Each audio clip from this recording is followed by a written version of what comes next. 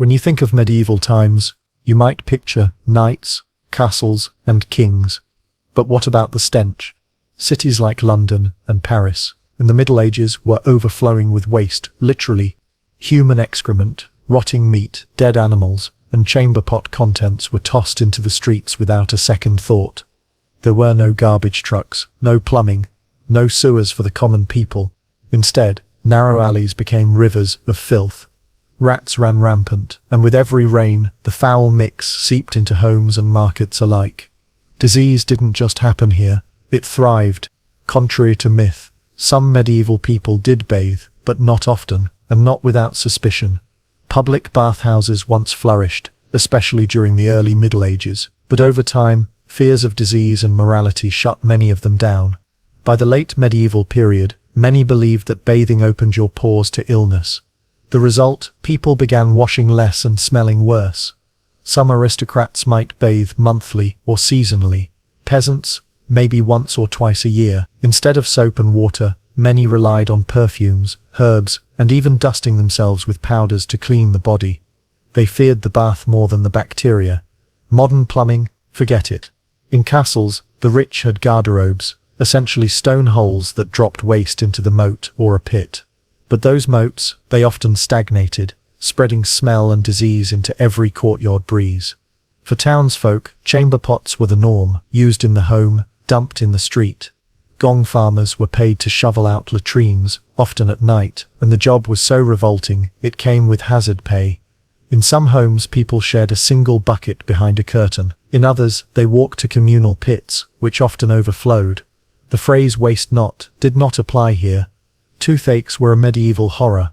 Without toothpaste, floss, or dentists, most people simply lost their teeth early. They chewed coarse bread, salty meats, and sugar when they could afford it, all of which rotted teeth fast. To deal with pain, barbers, yes, barbers, would yank teeth with iron pliers. No anesthesia, no sterilization. People sometimes cleaned their teeth with rags dipped in vinegar or ashes. But this only did so much. Gum disease, abscesses, and foul breath were common. So common they were just accepted.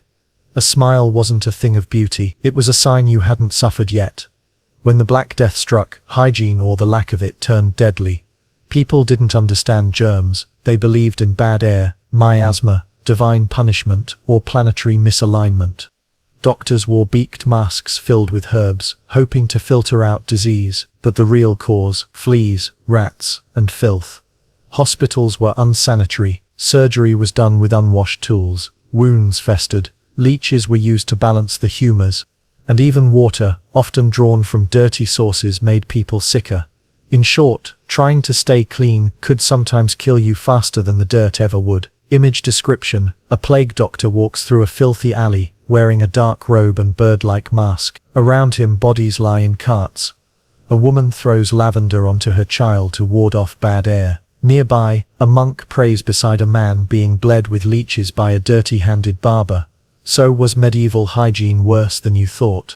It wasn't just bad, it was lethal. From toxic moats to pus-filled mouths, every corner of medieval life reeked with danger. Disease wasn't just an accident, it was a daily companion. And yet people survived, endured, and even thrived. Not because they were clean, but because they were tough, resilient, and maybe a little lucky. Like this deep dive into the dirtier side of history? Hit subscribe and comment, what would you miss most in a world without modern hygiene?